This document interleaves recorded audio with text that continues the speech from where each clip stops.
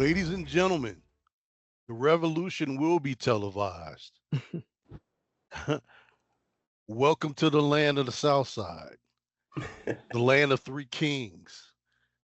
We're here to rule over your entertainment, education, and inspiration. We are what the fellas think. Episode 49. Fellas, how's it going? It's going good, man. Going good. Okay. Looking forward to the weekend. Yeah, extra day weekend. Extra day. Yeah. Every day's a weekend for me. So yeah, here we are, episode 49. We got a lot to show you today, a lot to talk about. And I don't know. Okay, I'm sorry. I'm not just doing this myself. Hey guys, introduce yourselves. Well, I'm Brandon. As always, I say I'm the passionate one. Definitely get juicy when we talk about these topics. So, and as always, I say like, comment, and subscribe. Once again, I'm Jay. I'm back this week. So fellas, let's have fun, man. Oh yeah, for sure. First of all, well, two things. Uh, check out our Facebook page, What the Fellas Think. We right now stand at 104 followers on only a week of being out there. Let's get some more followers. We need some more troops. Let's get bigger than the beehive. That's the goal. Bigger than the beehive. I survived. I survived the weekend. And last but not least, this podcast inspired, overseen, and overlooked my man Roy Tiger Brown. Continue to rest in peace, brother. Miss you, love you. And now let's get on with the show. So we're going to start out with a few current events that's going on in the world. And Brandon, I'm gonna let you kick it off. This is the good one. Well, we definitely got to discuss some Louisiana inmates escaping. 10 of them. It's definitely interesting how they escape. And I'm gonna play a little short video here for you guys. Talk about not being ready. I was ready a minute ago. Hold on.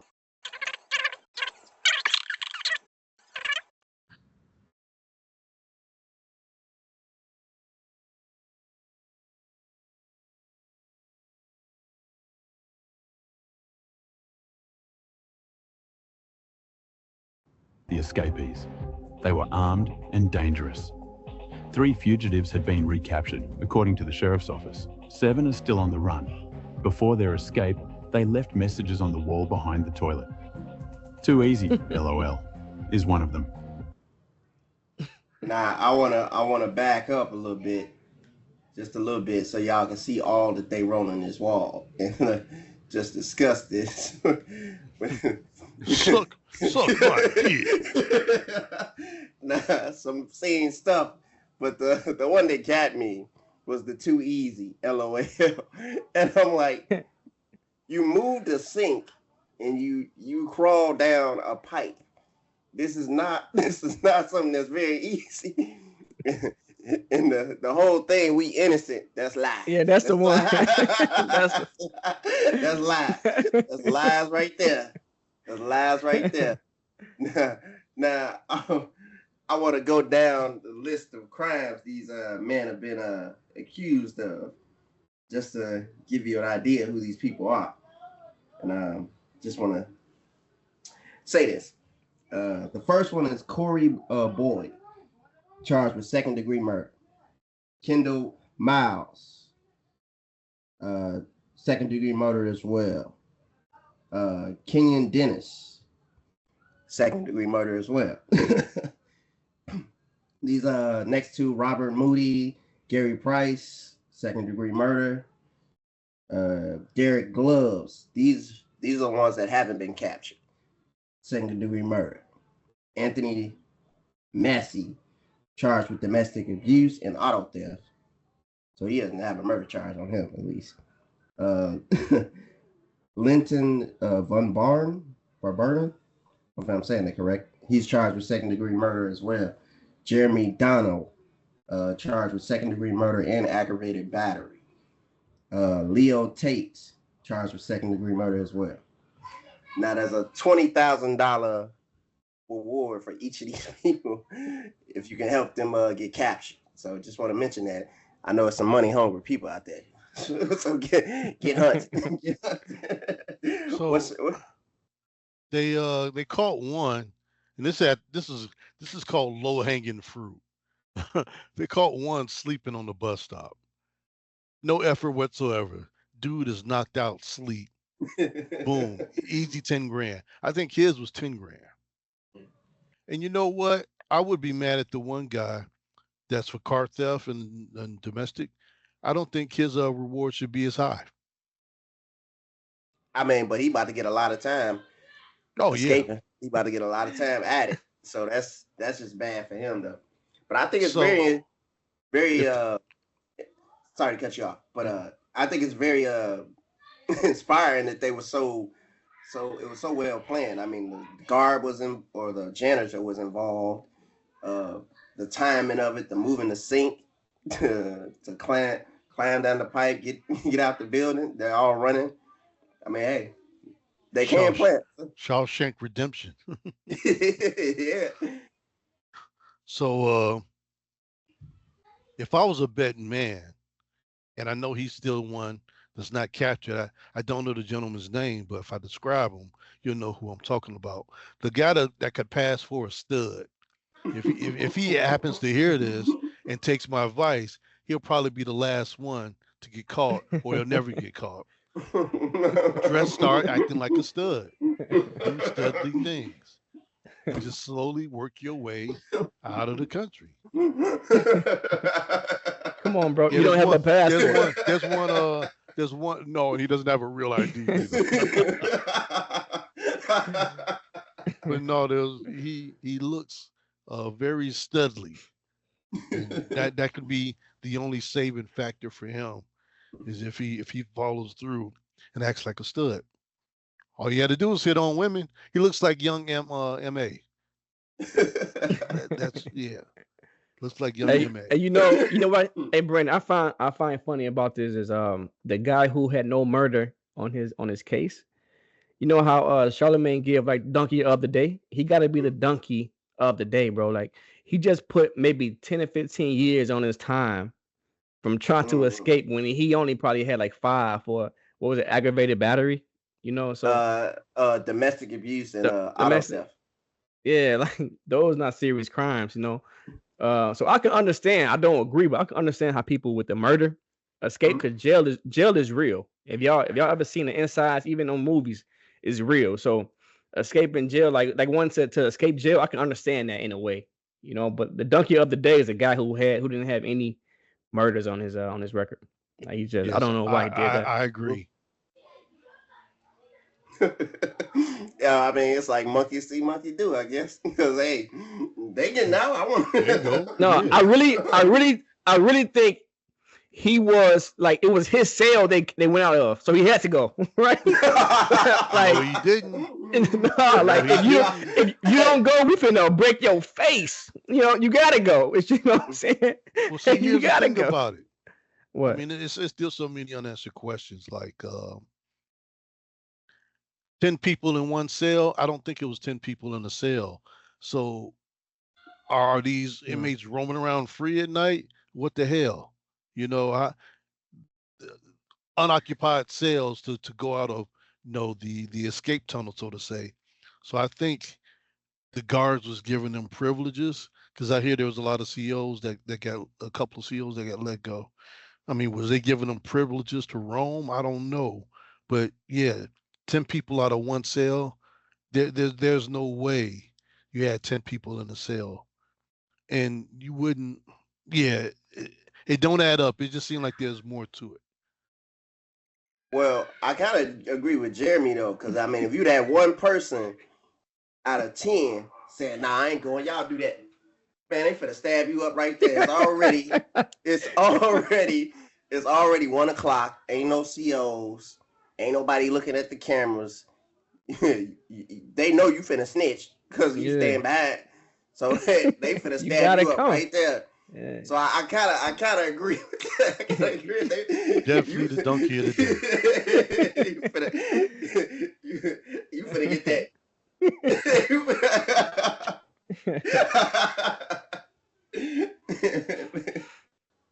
funny. I'm watching this new show. Well, it's new to me. It's called The Mayor of Kingstown. It's on Paramount Plus streaming. If you get a chance to check it out, Jeremy Renner, and it has a lot to do with the prison system.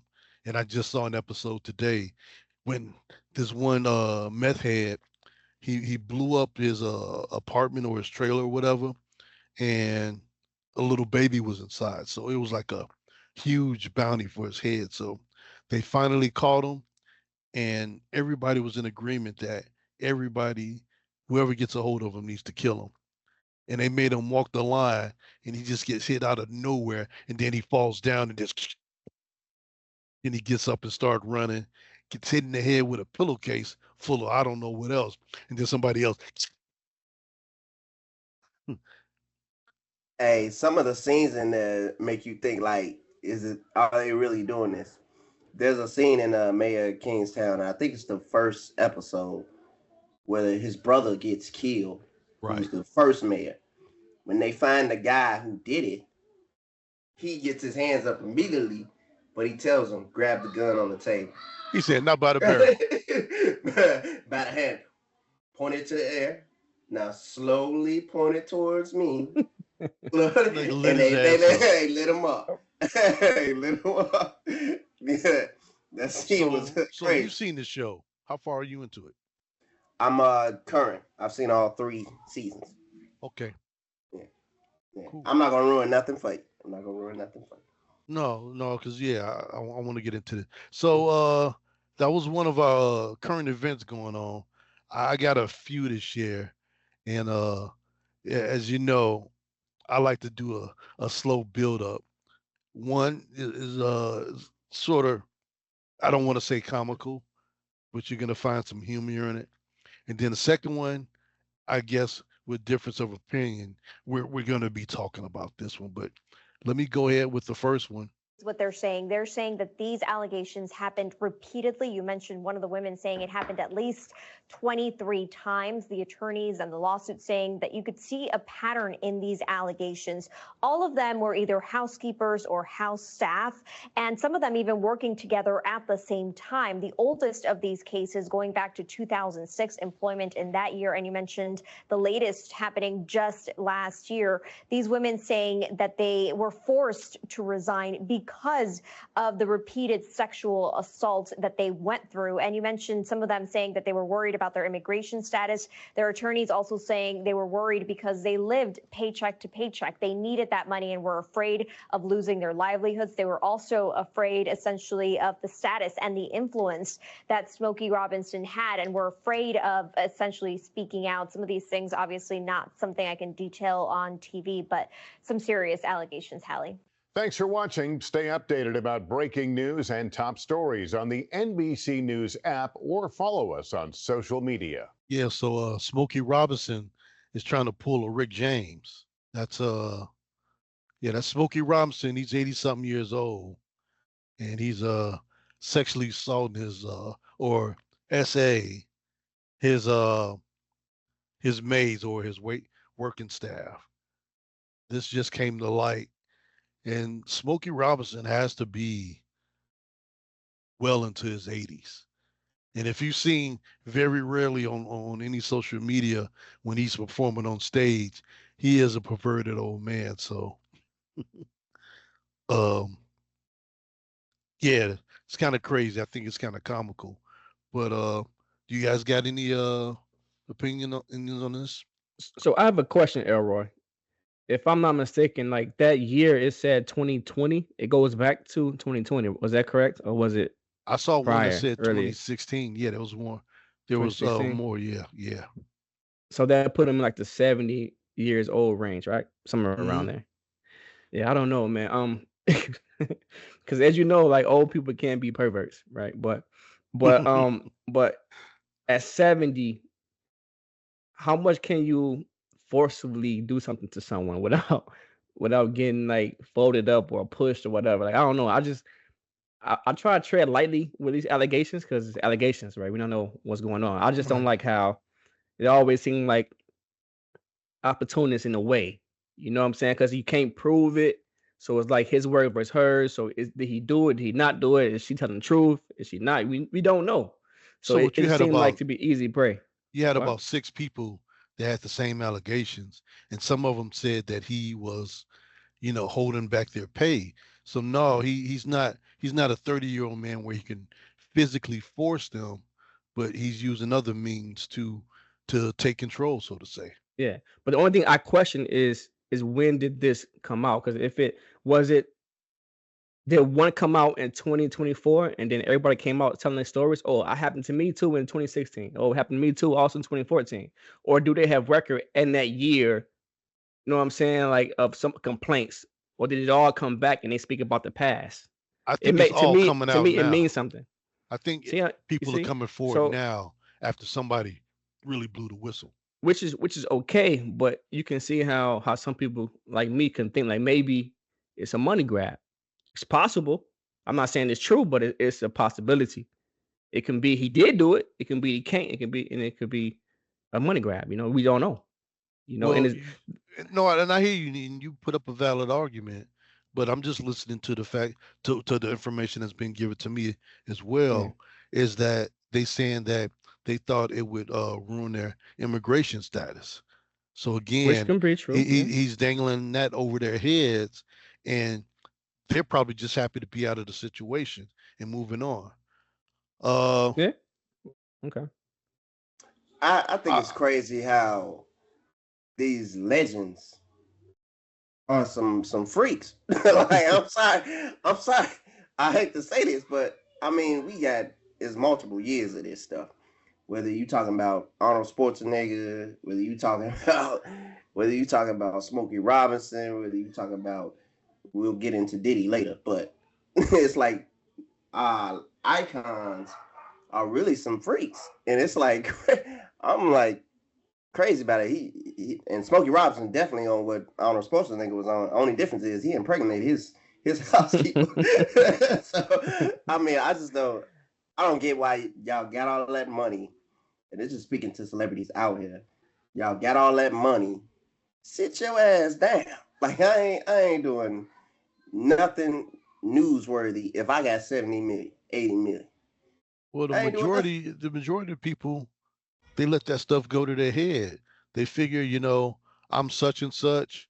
I can walk into any restaurant and it could be a full house, but I'll still get a table. Or, just being, not being told no because they who you think you are. I think, especially with women, you know, a celebrity can get women, and it can go from having one, like Wilt Chamberlain, but he wasn't accused of any assault. He went from one woman to having foursomes, uh, to whatever his record is, or claimed to be over 10,000 women.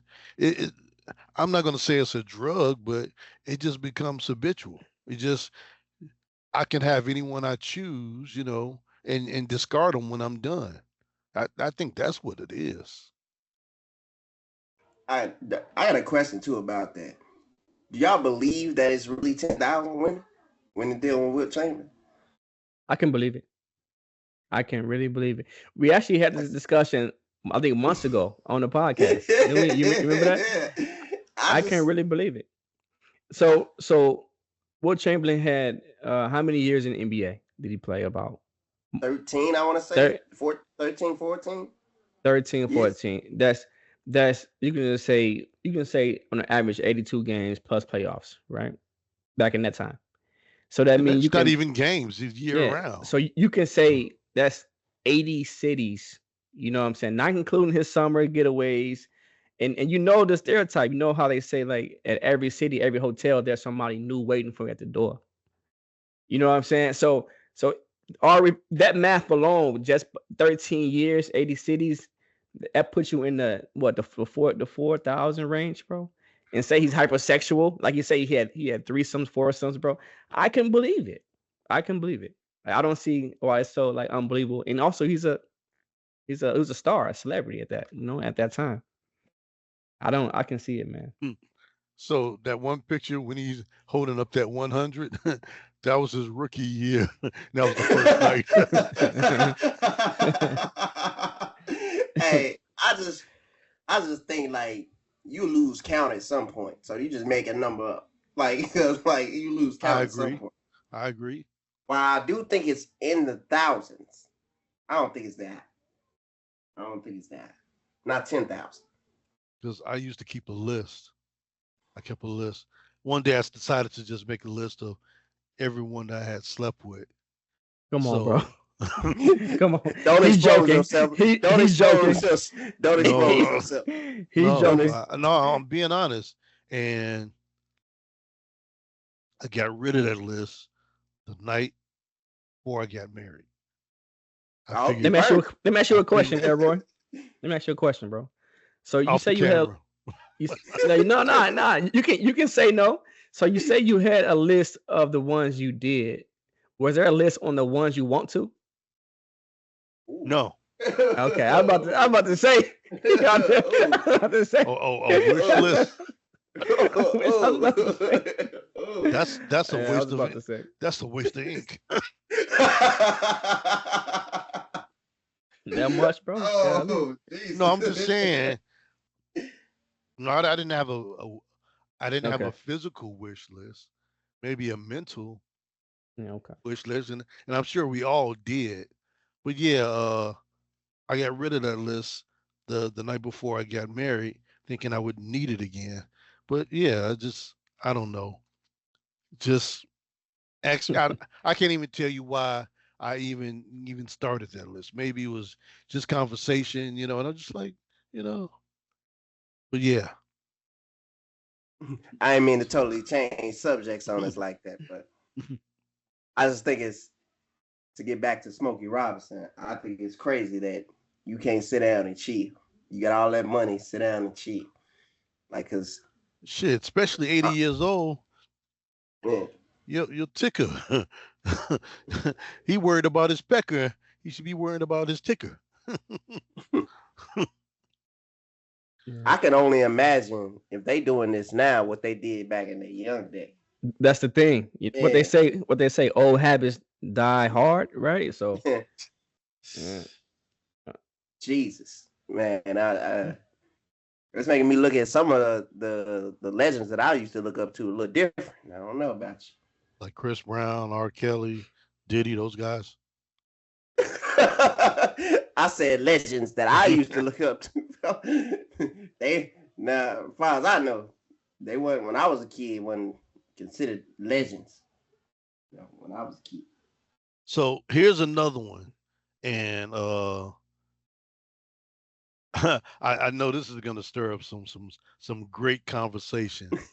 So the altercation between Angela Reese and Caitlin Clark that occurred over this weekend. I'm about to play the video, and we can talk about it. If you think it was a flagrant foul, if you think it was just trying to keep her from scoring, or if it was intentional, we can talk about that later. But let me show the video.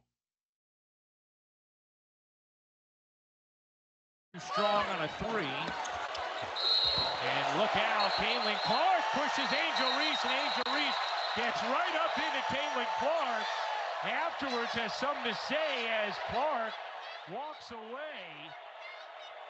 We know there are always increased eyeballs, energy, and attention around the matchups between Reese and Clark. Yeah, I just had to see that part where she was lifting her shirt. Hey, I'm glad you brought this up, because that event sparked the whole conversation, and it involved RG3. Let's stick with that video, and then we'll branch off, because I kind of felt that it would happen that way.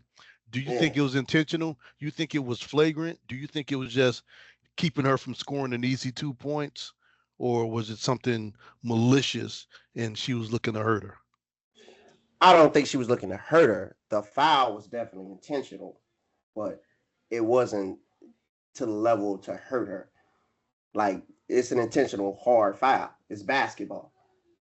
Now I think the stuff that transpired after that, and we'll get into it like we said, but we'll talk about that. But I But definitely no, think that's that was that's the intentional. that's the first thing. That's the probably the only thing that I wanted to touch on Mhm. is, do you think it was flagrant, if it was malicious, or if it was just to prevent her from scoring an easy 2 points? And that's how I feel. I think she was just trying to keep her from scoring an easy 2 points. Jeremy, what you think? I agree with both of you guys, man. I think Angel Reese really hate Caitlin Clark, and the NBA moving towards her and not caring about Angel. I think she's feeling it, and she reacted because like a little bit of a hatred and envy, for Caitlin.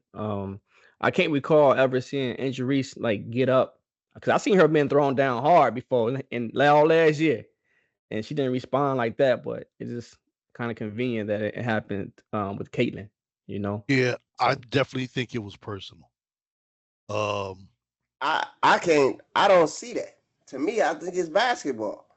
Why can't it just be rivals competing, and it's got to be hate, it's got to be resentment? We don't do that. We don't do oh, that it when it is. comes. We don't do that when it comes to LeBron being fouled hard, or Anthony Edwards being fouled hard. Like, why we got to treat it as different? It's Well, I think basketball, because of the history, and because of the history. Even in college, yeah, there's been a rivalry with them. You know, I can bring up videos of that. I guess she did something, you can't see me, or I got the ring, and then Angela Reese did it the following year. It's been an ongoing thing. I think it definitely is I probably can't. probably one-sided personal it's one rivalry. sided. I think it's one sided too. I think like Brandon, I agree with you. I agree it wasn't a flagrant foul. It was intentional, but not to harm her. I'm just saying, if you look at the history of Angel Reese and how she responds to people like playing her physical, like she got thrown down many times last year, harder than that, right? And whatever it is this year, she never responded in this way. You know what I'm saying? I think she knew who grabbed her at the time. I think she knew how she failed. I think she seen it was Caitlyn and reacted. You know what I'm saying? Like if it was what's your favorite center who's a black center? I think she a lefty, play for is it LA? The MVP. Oh, you mean Wilson? If it was Wilson, I don't think she would respond like that. I think she would got up and shook her hand, you know what I'm saying, and went to the line, and it was nothing. But But it was Kate. Hmm? even if she did respond like that or didn't, why is it? This the thing I didn't like about the whole event, Yeah. the whole thing, and it's all the aftermath. And I do feel uh, sorry for Caitlin Clark, and I do feel sorry for Angela Reese, because they got mixed in this, and people don't know it was people were making monkey noises during this her free throw attempt of that. So that's another thing too. But all No, the stuff that I think the two are separate. I think the no two are no totally separate. I don't think so, because I feel like people took that as the trigger to personally attack her in Caitlin Clark. And I think it's a basketball play, and it should be left at a basketball play, and it triggered something else entirely. That it showed people how people really feel about Angela Reese, and it showed how people really feel about the black versus white. And that's what I that's what Well, I didn't that's like why about it. that's why I say those are two different situations. It Mm-hmm. all happened off of one situation. It was an issue between Caitlin Clark and Angela Reese. They reacted as such. Caitlin Clark didn't hold up a sign, monkey noise. That was those ignorant ass fans. And thanks for telling me that, because I was Googling it and I couldn't find out what it was. They said it was something that was said. I didn't know they made the imitating the monkey or whatever. But that's just the fans. That's just ignorant Mm-hmm. ass fans. That's not what I'm saying though. I'm saying that one event sparked all the stuff after, and it took away from the basketball play. They both said it after the game. It's a basketball play, and move on. Those are the exact words from each of those players. We move on. So it's like they compete against each other, and you leave it at that. But people are So taking it and saying Angela Reese resents her, hates her, and Caitlin Clark. Again, what you're seeing right now is totally different from the aftermath, the racial incident. What's between Caitlin Clark and Angela Reese is between them two. And I did my homework. I did a little deep diving. 5-2 is Caitlin Clark record against Angela Reese since they've been in the WNBA. She's bested her. She beat her out for MVP. She has better numbers. Uh, Angela Reese is being a hater right now. Angela Reese can't handle it. Why are you so quick to defend her? Why are you defending her? Angela Reese is a hater. She's a pouty little kid. Look, I get all that. Angela Reese needs to work on her game because right now she's just a rebound. We can stick to that in the confines of basketball. It's gotten outside of basketball when you start saying resentful and it's hate and it's jealousy. I don't think it's I believe so. Yeah, I believe so. I all of the above.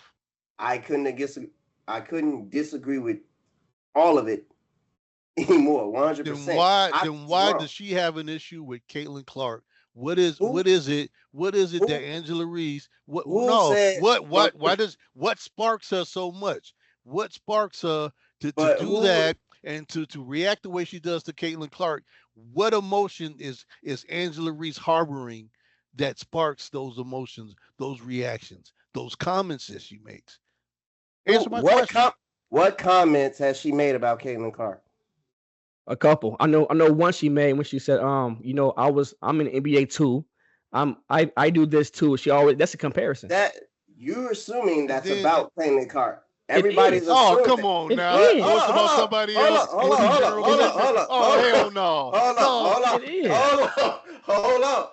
on. You're assuming that's about Caitlin Clark. Y'all jump to that. She has never once said something publicly about Caitlin Clark mentioning her name. Mention her name. This is not Isaiah versus Jordan. Isaiah said some stuff about Jordan and mentioned his name. Where it's true hate. This is as nothing. Bro, but you can't compare female tactics to men tactics. Men are more upfront. Women do things a little different. It's but Brandon, go ahead. Yeah, but Brandon, even you said to keep it in the confinement of basketball, right? And my question to you is, in basketball, if you look at the history of Angela Reese playing, when has she ever responded to a player in that way? Women don't do that shit. When have Angela Reese ever did that? She haven't did it.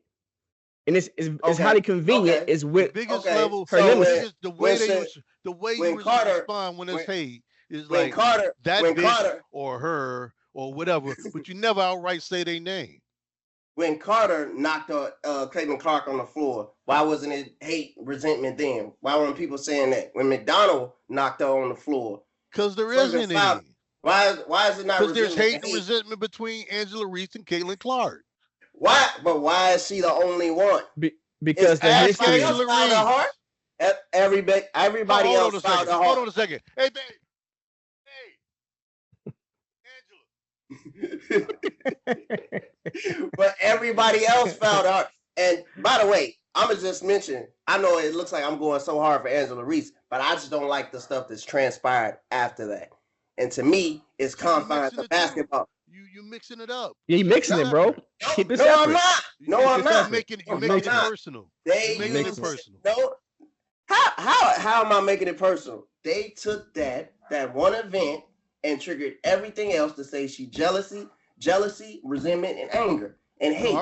You took that one event. I've been saying that for a while now. I'm sorry. It wasn't just what happened this weekend.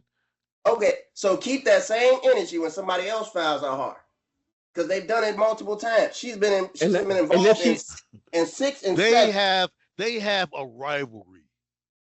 Tell me they don't have a rivalry. Tell me they don't have a rivalry. What rivalry? Explain the rivalry to me. No. So first I want you to say there is no rivalry.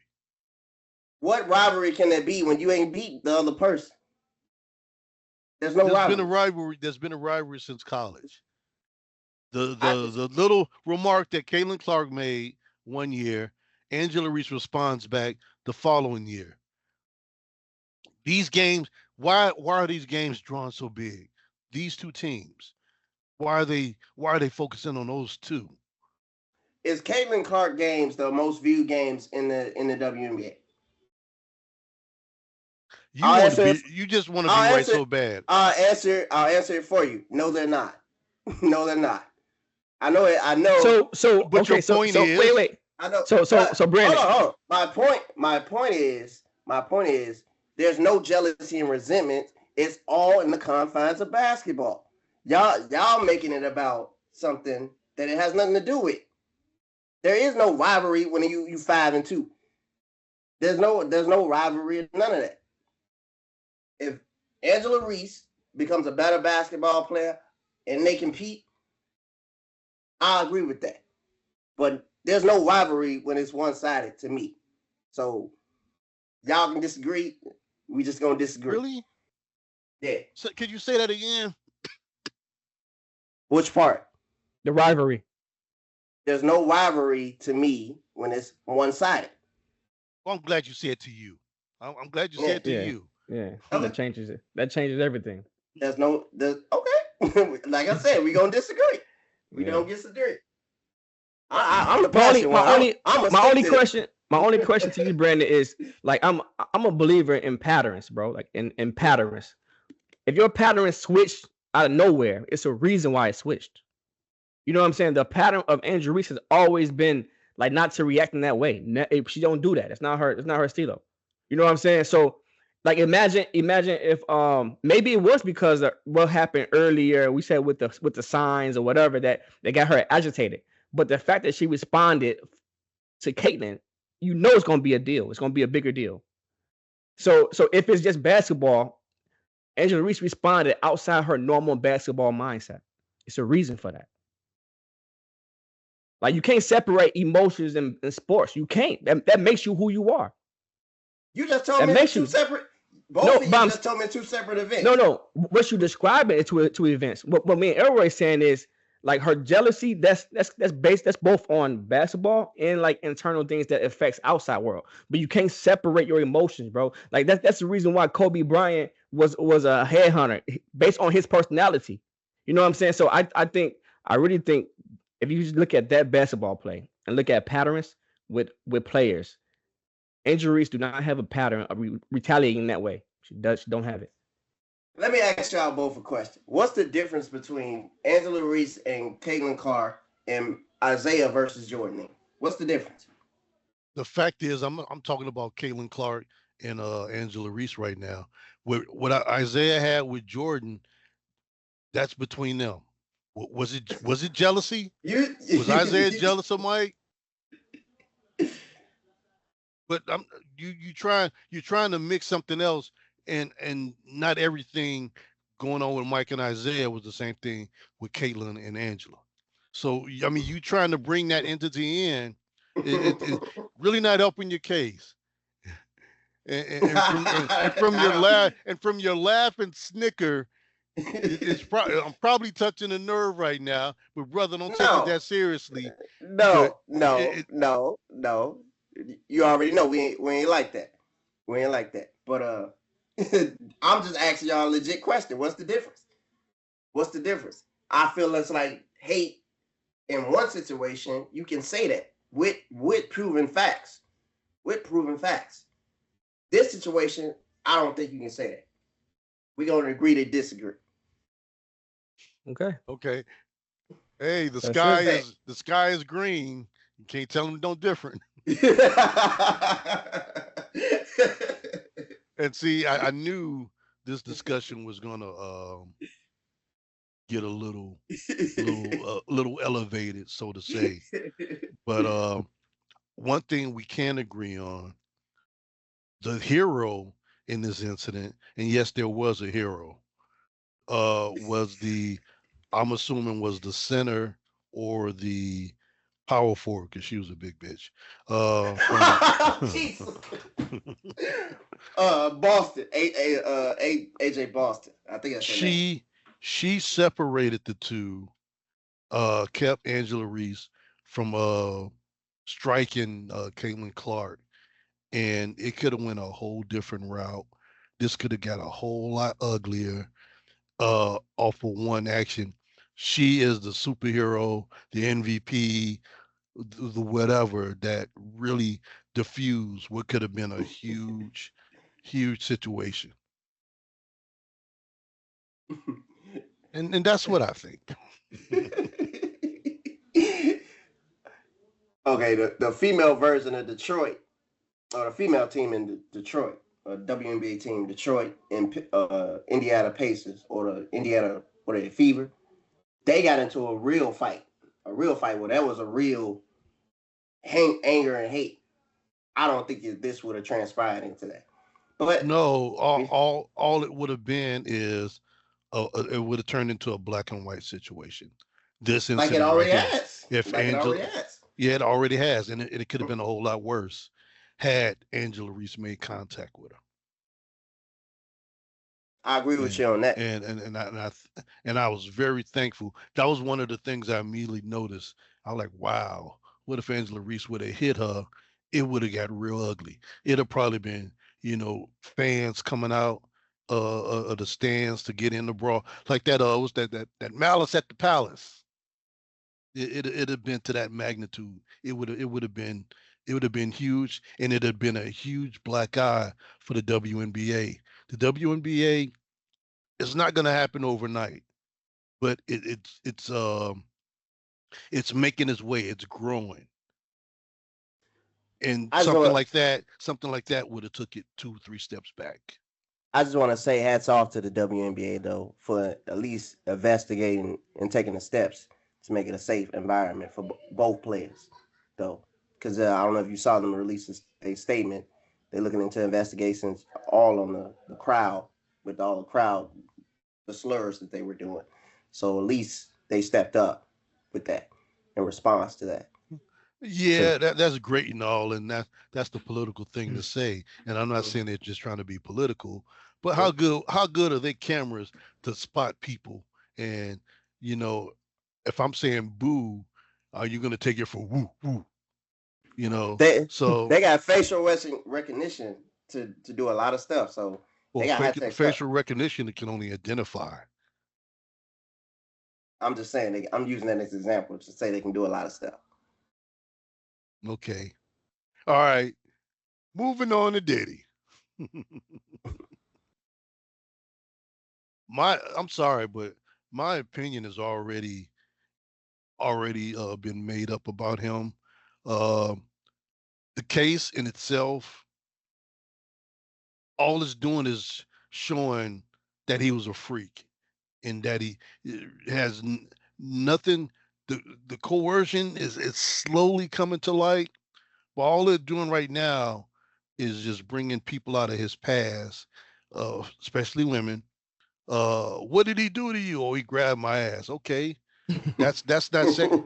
Unless he picks your ass up and carries you to the next room, he's not trafficking. That's not proving the trafficking. They may mention that during one of the freak offs, he got up to go confront Suge Knight.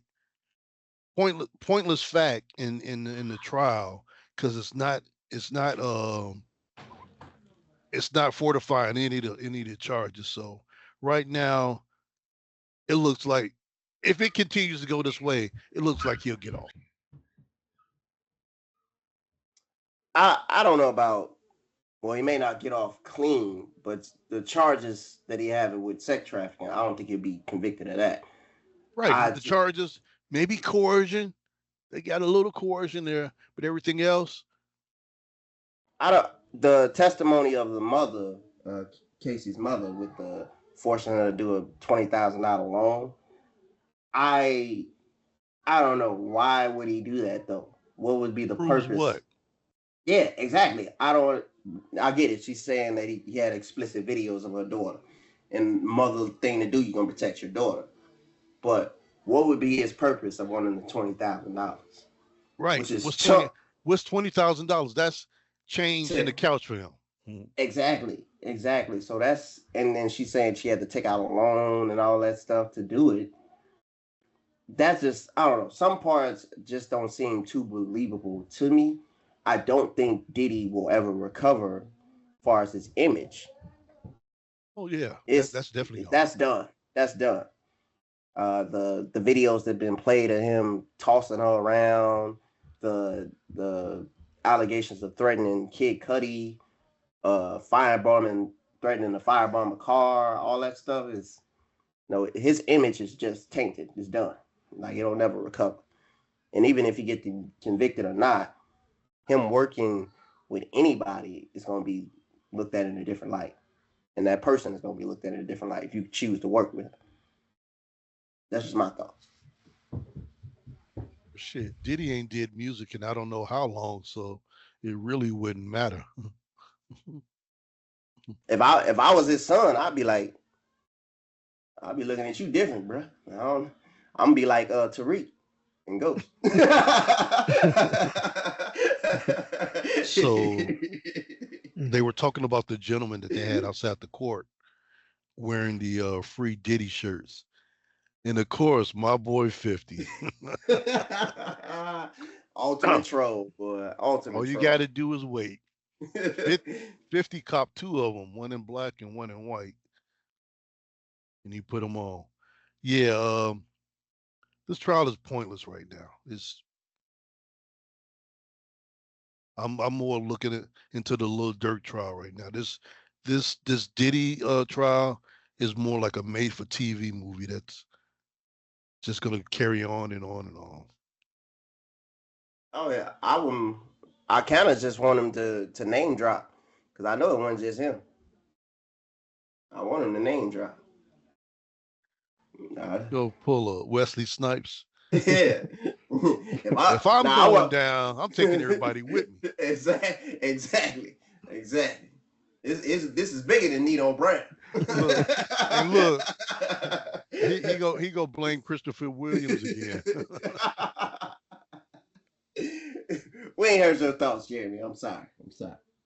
No, I actually don't have any like anything different from you guys. I do know that it's too early to say that he's gonna be guilty or innocent, because they have 17 witnesses and they only on number 2. So it's a lot going on. I just think I don't know how you win them kind of allegations. Definitely when the feds behind it. I don't they have a winning percentage of 95%, right? So I don't think much he can do, to be honest. I really think it's over with for him. Yeah, personally wise, I mean image wise. So today, when they raided his house in California, they revealed the contents of what they found. Baby oil, of course, AR-15s, ecstasy pills, and high heels. I wonder was Diddy wearing those high heels? Why is there even evidence? Like, how do they know he was wearing high heels? Like I'm sorry. Why is there even evidence? And again, it's nothing. It's nothing to help the case, to help the charges that's set against them. Like I say, it's just a made for TV movie to me right now. And my only question to you guys is, like, isn't this considered a RICO case? No. How is this? It's like, it's not a criminal organization. I mean, right. Well, I don't know. Is multiple people under him involved in this freak off? The charge is all against him. If it was a bunch of people that conspired. What about his assistants? You know what I'm saying? Who called the strippers? What about the people who set it up? What about the people who actually put the freak party outside in that big bed? Like, you know what I'm saying? Like, they was all part of it. Well, most of them testified. He's at the head of the table. He's the figurehead that told him to do it. But at what point? At what point, like, if you're there to witness it, are you part of it? You're not part of the crime. At what point do that change? So it's targeted, right? Because more than likely, you can't be the only one. You can't be the only one to do all that. To do all that, come on. I would really have to look at the definition of RICO, but I think it's considered a organization, conspiracy when he's actually the guy. Are you looking it up? I'm trying to quickly. Yep. So it is racketeering. Yeah, he is doing a RICO. Among other charges related to sex trafficking. Yeah, it is RICO. He's the only person that we know of that's a RICO by himself. How can you do that though when you got the should be co-defendants then testify? You got his former assistants and current assistants testify. It can be immunity, but it still can be considered RICO. You know what I'm saying? They all can have immunity over what they're saying. You know what I'm saying? I'm sure that's the first thing they'll ask for if they testify. Give me immunity, for and sure. I will sing. Give me a McDonald's cheeseburger too.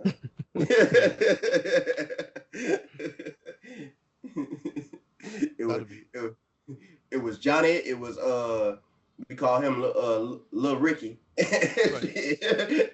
You remember his assistant, the one that got caught?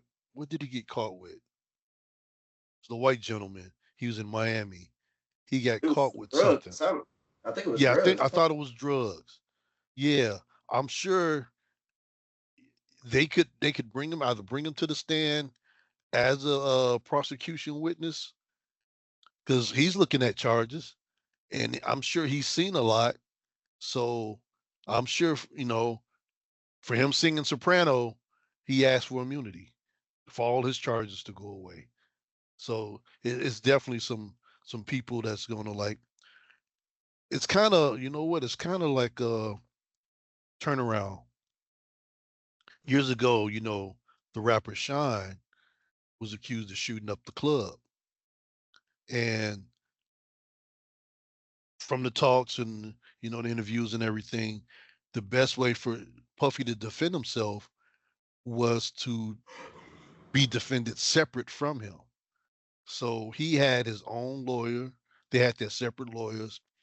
And I actually saw the interview with Shine. Is like his lawyer wasn't arguing certain facts. There was things that were said or done that could have been called for mistrial. But guess who paid for Shine's lawyer? Diddy. He got the Barney Fife of lawyers to represent Shine. Because at the end of the day, I don't think it was just Shine shooting up. I think it probably was Puffy too. And Shine did what? Shine did what? 20 years? No, I think it was for 10 years. 10 years and got deported. Yeah, okay. I don't think he's allowed back in the United States. That's crazy, man. Crazy. Like I say, childhood legends are falling. Take that. It got a whole different meaning now. Yeah. Say that now, you might get a case on you, fella. So here's a topic we want to kind of take a look at. We were going to do this last week, but unfortunately Jeremy wasn't here. Inflation rates and how that's affecting the American public.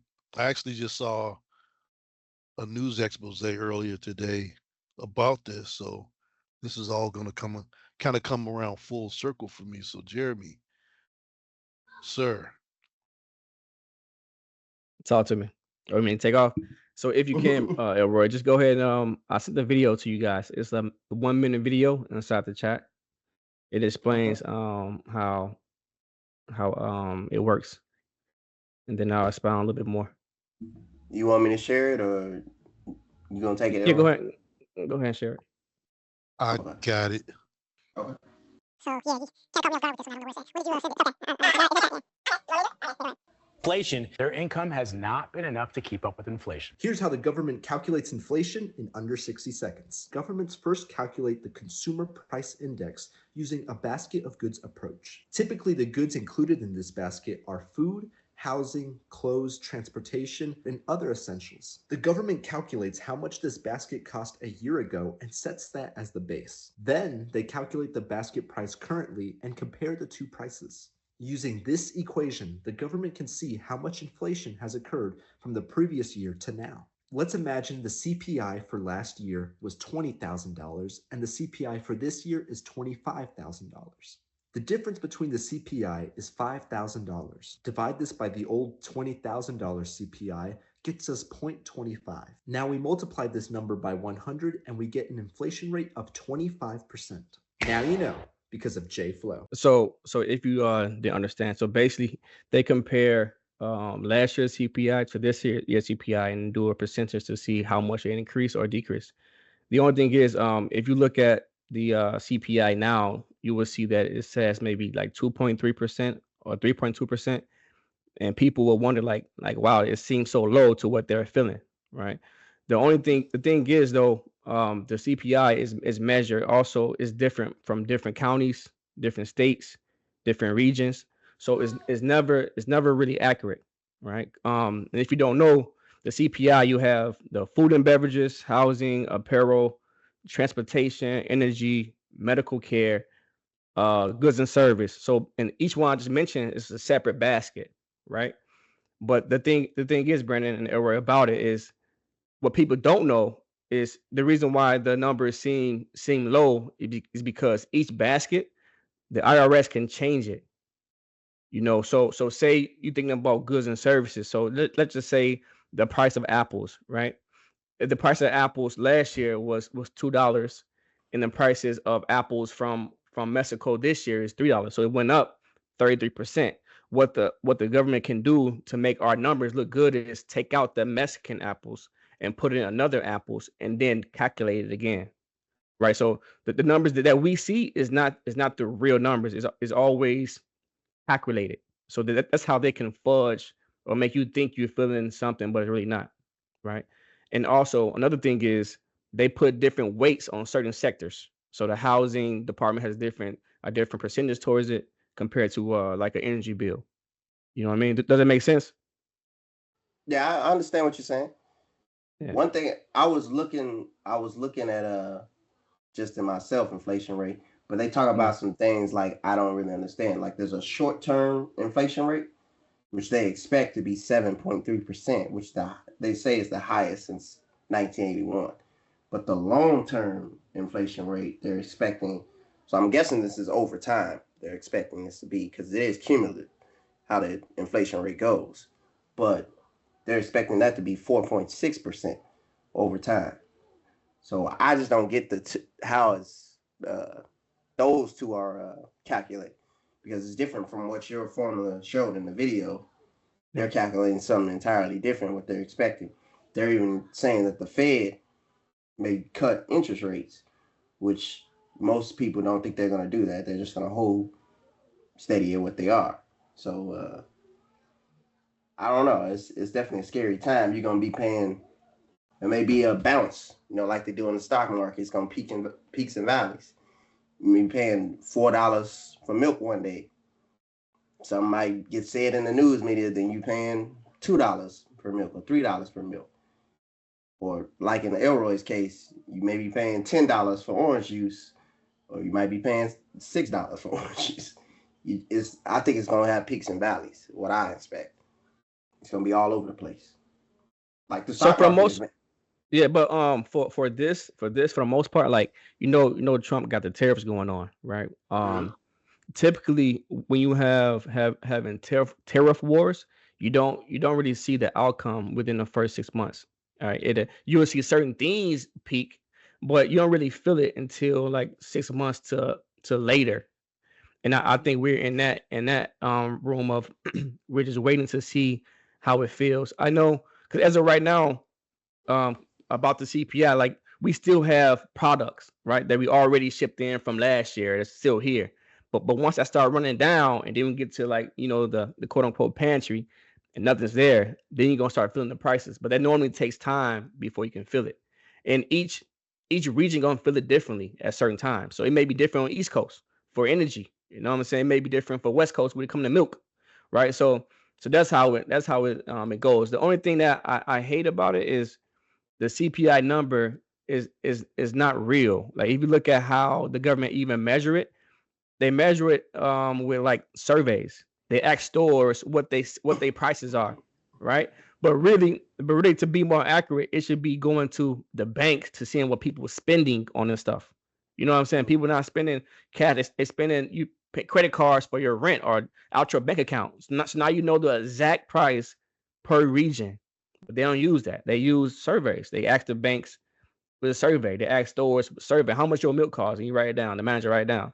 It's not really right. You know what I'm saying? So to me, the CPI it come with a grain of salt. Like if you don't understand it, you would just think like now it says 2.3%. You know it's higher than that. You know, like people are struggling to buy things. Like if you break down every sector, okay, goods and services, you know that's up. If right now call somebody to come in and do maintenance on your house, it's gonna cost you more. Communication, your cell phone bill went up. Medical, you know medical went up. Streaming. Transportation, exactly. Your housing go up every year for people. Definitely you renting. You know what I'm saying? And then food and beverages. Everything I just named is different baskets, and everything I named went up. So how is the percentage only 2.3%? Because they move around certain things in that basket to make it look like it's not. I agree with you on that. But one thing I think we're not gonna feel it for at least another 4 or 5 months. I think the companies are feeling it more than what we're feeling, because I think today or maybe 2 days ago, Target released their quarterly report and they've lost on that. I think it's $680 million on their first quarterly report. So I think they're feeling it. Walmart is reporting a loss as well. So I think the companies are feeling it before we feel it. Now it's going to trickle down to us in the next 4 months. I think that's what's about to happen. Yeah, I agree. I still think people are feeling though, because pay raises don't correlate with inflation. So Now, January 1st, people rent went up, people property taxes went up, but they pay stayed the same. So they already gonna feel a little bit. But yeah, you're right. Big corporation, they do feel it, but don't forget, man, most of them are already profitable. So even though they probably down 18 million, they probably profited 100 million last year. You know what I'm saying? So their books is okay. But they don't want to take that loss still. they They still in the black. Yeah. But they don't want to make less. They want to make more. Exactly. So I think this tariff war, and really it's kind of one single country, but China has been the one publicized of this, because even Apple's moving their phone production to India, building factories there. But I think just seeing this shows like a lot of people just don't understand the whole tariff situation. They think that the vendor or seller is going to pay for those tariffs, or the country is going to pay for those tariffs. We're paying for that. We're paying for that, because end of the day, we still need gas, we still need water, we still need food, we still need electric, we still need all these things. So you keep raising prices. We gotta have car insurance. We gotta have the car. We gotta, like, all this stuff just raises prices, and next thing you know, for a basic Chevy Trax, you're gonna be paying $40,000, and that's not a good price for a car. And the way interest rates is going, you're gonna have an interest rate of 9-10% on average, even with good credit. That's the scary part about it. These companies are still gonna make their margins, but you're gonna be hurting in your pockets. Roy in deep thought over there. I don't know if No, that was some heavy. No, that was some heavy shit. I'm listening to you guys, but to kind of fall back on that, like you said, one of the main countries that we've been going at it with the tariff wars. Trump has brought those tariff percentages down to 30%. Yeah, which yeah. was a ploy from the beginning. You knew he wasn't trying to do 145%, increase. Whatever point he was trying to prove, I'm sure he probably proved it. And yeah, it was all a ploy. It was his plan from the beginning. He wasn't going to keep that in place. Could you imagine the uprising there would be if goods, and we get a lot of goods from China, and we got to pay up 145% to jack up the price? No, it'd have been fucking chaos. But no, Jeremy, that was a nice segment. Hey, shout out to Acorn. I looked at my account. Yeah, for sure. I need to add my credit cards to it because I only have right now is my debit card or my bank, my primary bank. I need to add my 2 credit cards to that. Hey, We're not going to y'all. go too much into it right now. Next episode we'll probably go more in depth into it. But yeah, Oh, because I was gonna ask y'all school me because I want to know about this Acorn because I'm still using Fidelity. So well, no. school So me. Acorn it upcharges. Let's say you make a purchase for 175. What Acorn does is rounds it up to the nearest dollar and puts it in an account. So right there, that's 25 cents that just went into an account. I started this maybe 5 years ago, and I don't want to throw out a number, but I more than 1,000 a year based on that. I think I'm doing pretty well, and I didn't. It's not like I'm missing a beat to it. So basically, all it does, all your purchases, whatever accounts, your debit cards, your credit cards, or whatever, when you make a purchase, it rounds it up to the nearest dollar and just puts it in a separate account. Yeah, and don't. It's not just any account. It's an investment account, right? So it's good because like it teaches you in a way that every time you spending money on something, you also putting money back in your own pocket by investing it. You know what I'm saying? So, and then you will look up 3 years later like, dang, I ain't know. But really, it means you spend a lot, but at least you save. At least you invest in some of it. You know what I'm saying? So I think it's a good way to always keep yourself investing when you're not thinking about it. It's like it's small changes, but it adds up. Like that's why it's called Acorn. Yeah. That's why it's called Acorn. Yeah, it Now, grows. now is it like? And I don't want to go too in depth in this, but is it like most brokerage accounts? You still get the interest even though the money's sitting there, and you ain't necessarily investing in the stock. Yes, Wait, say it again. Get the interest. Okay. You get the interest with the money sitting there, and you ain't bought a stock or nothing. Yep. Okay. Right. Also, like you can buy. It gives you options. You can buy different stocks as well. And you can also buy stocks that give you dividends too. So like constantly, like it's keep working on itself. You know what I'm saying? Like it's a good tool, man. And like I think Airway said 5 years. For me, it's been 4 years, and for sure, like yeah, I'm glad I did it. No regrets. Hey, audience out there, you see how they did me? They ain't schooled me. You see, they just said 4 or 5 years. I see how it is. I see how it is. I see. So now they acting like Angela Reese. Yeah. The word for today is narcissism.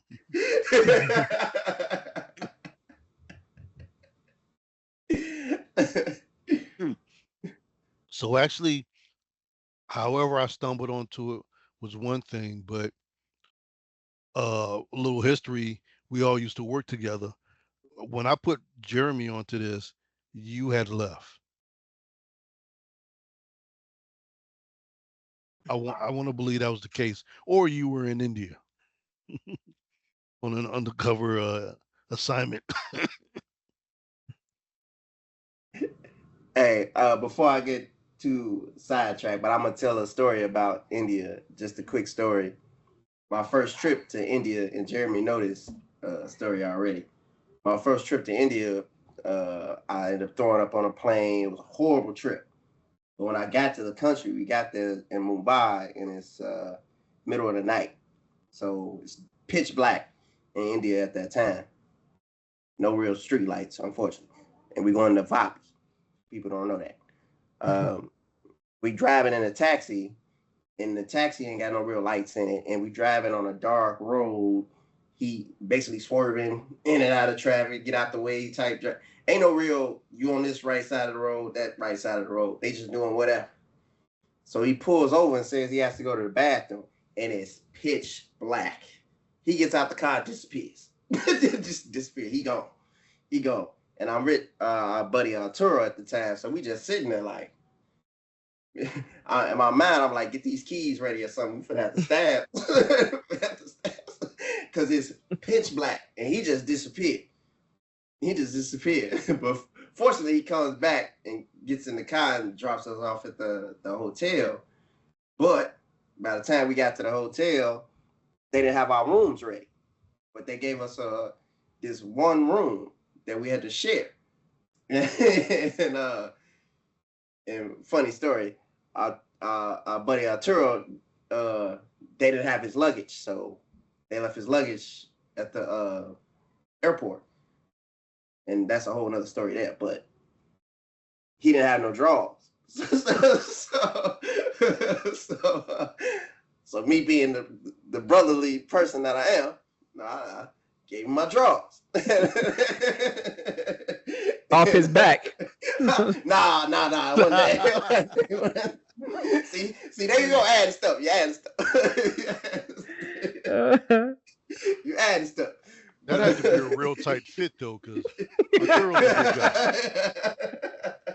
Yeah, I ain't want them draws back. I ain't want them back. Oh no. I ain't want Come them on, back. dog. I ain't want them back. You keep them. But this is my quick little funny story. But that's my quick little funny story.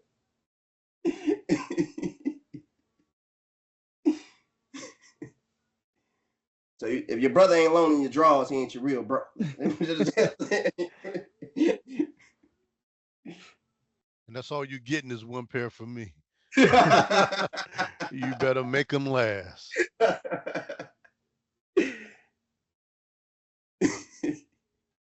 So on our next segment, we're doing movie reviews on movies we've seen so far. I haven't seen that many so far just yet. There's a few that kind of skip past me, but I'm gonna catch up, and I'll definitely be going to see Mission Impossible tomorrow evening. But so I was looking back, and it's cool with AMC with the app.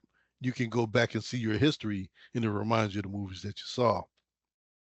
So I know we talked about Captain America, we talked about Thunderbolts, we talked about Sinners. So the only other movie that I've seen so far this year was Den of Thieves 2, which was a great movie. The original, real big twist at the end, and the second one had just as great as a twist as the first one. Real great movie. O'Shea Jackson Jr., did his thing, and they're talking about making more. So I would say, I know it's out on the streaming services. If you get a chance, it's basically a heist movie again. I would say check it out. Yeah, my movie is well, I had two. One's horrible, the other one's great. My horrible one for me was Final Destination, Bloodlines. First of all, I'm gonna just say the storyline made no sense, and the kills were all cheesy as you can get. I was hoping that it was gonna go back to original Final Destination, that type of where realistic things could have actually happened, like, but it wasn't that. It was real cheesy, real over gory type horrible movie. I do not recommend. But the movie I do recommend is The Accountant 2. Definitely a great movie. Definitely Ben Affleck does great work. The gentleman who plays I believe his name is Botro. I always struggle to pronounce the last name, but he plays the Punisher. He's an amazing action guy. The whole movie was amazing. It showed the brotherly love. The fight scenes was crazy, like action packed all the way through. In the end, at the end, it shows like, if you autism and everything, how smart these kids are. They got a whole network of they can hack in your cameras, your phone, everything. It was crazy. It was crazy. Definitely recommend that movie. 10 out of 10. I know this will be our quick segment because I think that's all the movies. Okay. Well, back to the world of sports. NBA playoffs. So whoever wins will be a first timer. Who do y'all hope to win? I guess I'll go with Minnesota now. Really? Did you after yesterday? You still going with them? Yeah, I'll go with Minnesota. What about you, Jerry? Probably the same, but I really want to see though New York versus Minnesota. I want to see Cat versus Ant-Man just to see like the rivalry they may have. Seeing they were teammates last year. Now going 1v1. So, but I'm rooting for Ant-Man because I'm not really a Shea fan, even though he's great. I'm not really Jalen Brunson fan, nor am I the point guard for Indiana. So, Anthony, yeah, that's it. I'm going New York Knicks. I want them to take it all the way. I'm kind of I was rooting for Jalen Brunson even when he was playing on the Mavs. He's just a player that like he don't quit. Like you can see it in his game. He got a motor to just he keep going, keep trying, and you kind of admire his game. It kind of reminds me of a lesser athletic. No knock on Jalen Brunson, but a lesser athletic D Rose mentality. He attack, and keep attacking, and I love it. It's out of the 4 teams right now, I'm definitely most intrigued to see how they play and how he evolve. So is your finals, is it New York versus OKC? I'm guessing you're going to say? No, I'm still wishing that the Wolves come out the West, but I want to see the Wolves versus the Knicks, and the Knicks take it off. Yeah, that's my teams. Take it off. I don't think the Wolves. I mean, I don't think the Knicks can beat Wolves though. But unfortunately, I'm not sure if they can make it there. I think you sound very confident. You sound very. I mean, according to our bracket, I still got my 3 teams there. You know what I'm saying? Yeah. So that hurt, fella. That hurt. Yeah. That hurt. I ain't bring up the Lakers. You saw that. I ain't bring up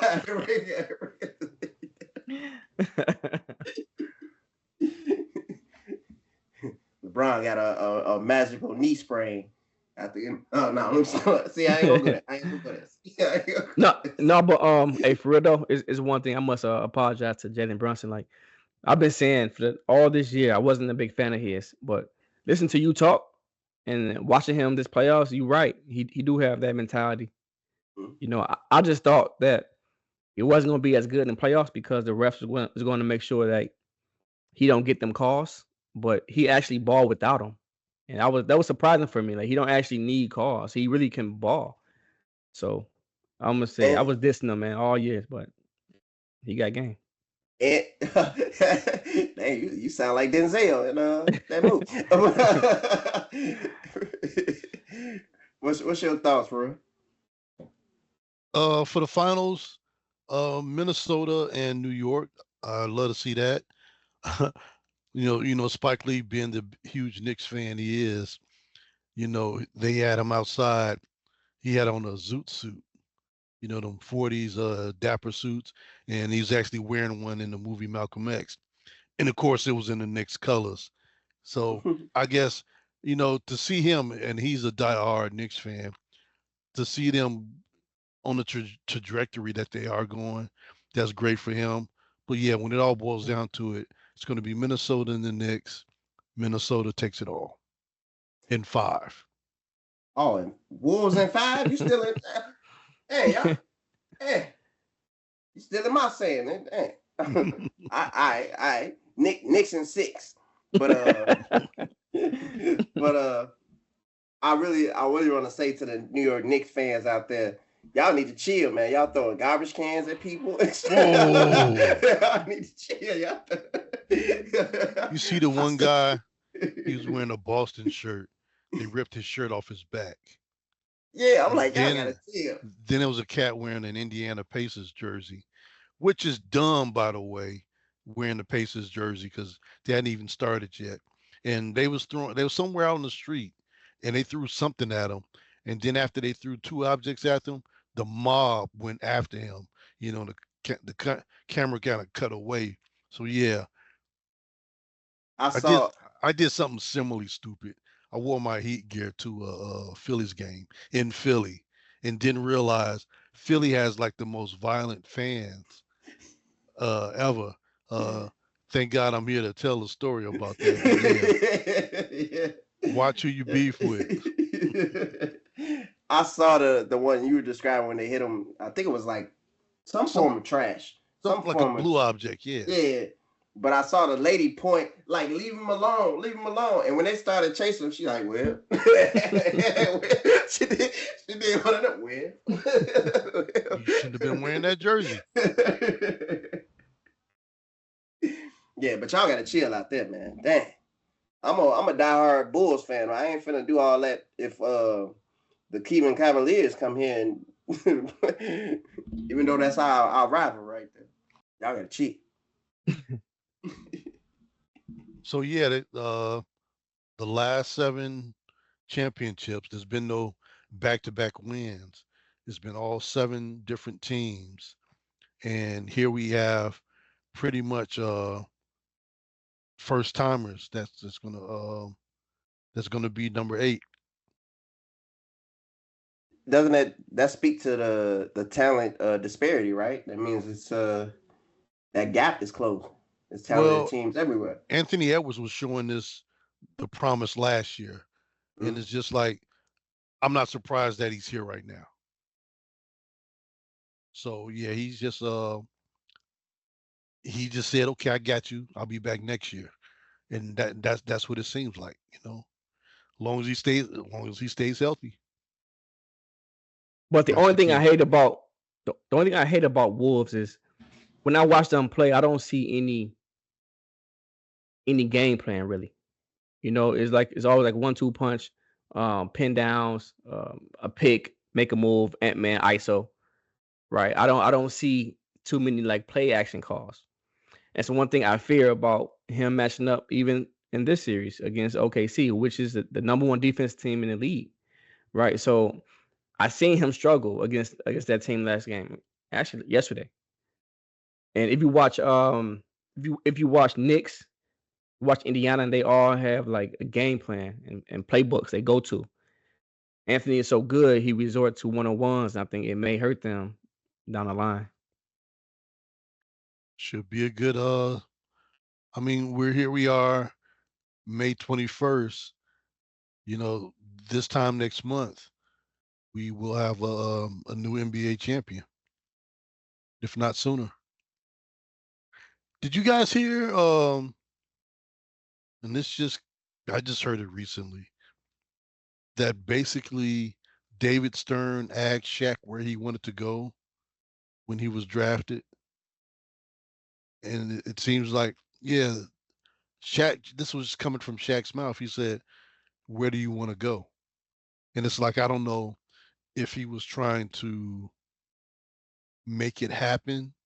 And the only reason I bring this up is who was that won the number 1 pick this year? Was it Dallas Mavericks? Dallas. Yeah. Off of a 1.8% chance.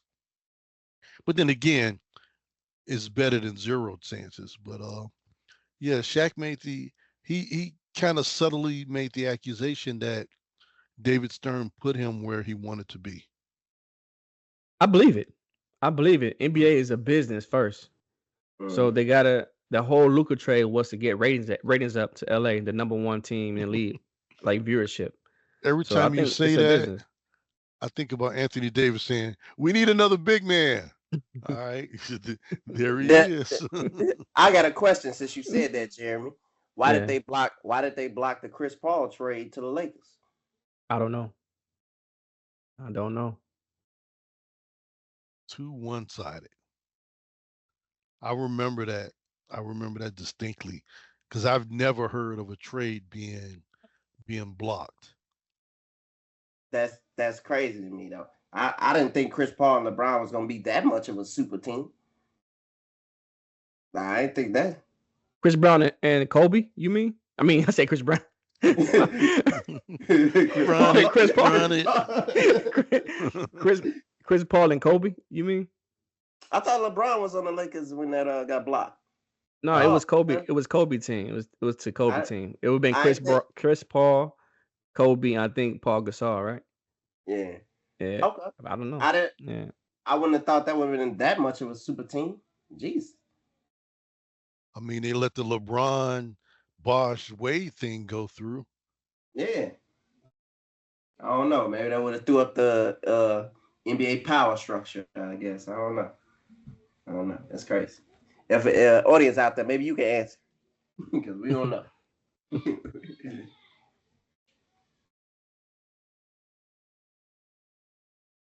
I think it's time we go into our fun facts, right? Yes, indeedy. Who want to go first? Rock, paper, scissors? No, I can go first. So we were talking about Angela Reese. We were talking about Diddy. And we mentioned somebody else too. So my fun facts are about narcissistic personality disorder, or NDP. My fun facts about that, or facts about that, approximately 1% of the general population is estimated to have NPD. Men are more likely to be diagnosed with NPD than women. Early onset symptoms typically appears in adolescence or early childhood. The core traits of a narcissist is grandiosity, which is an unrealistic sense of superiority and uniqueness. It is a term used in the field of psychology to describe a sustained view of oneself as better than others. Uh, Entitlement, need for admiration, lack of empathy, hypersensitivity to criticism. I don't know. I think I just described you, Brandon. Hypersensitive to criticism. Misconceptions. Not all people who exhibit these traits necessarily have NPD. Additionally, not all narcissists are the same. Hey, criticize. I don't care. And we all entitled to our opinions.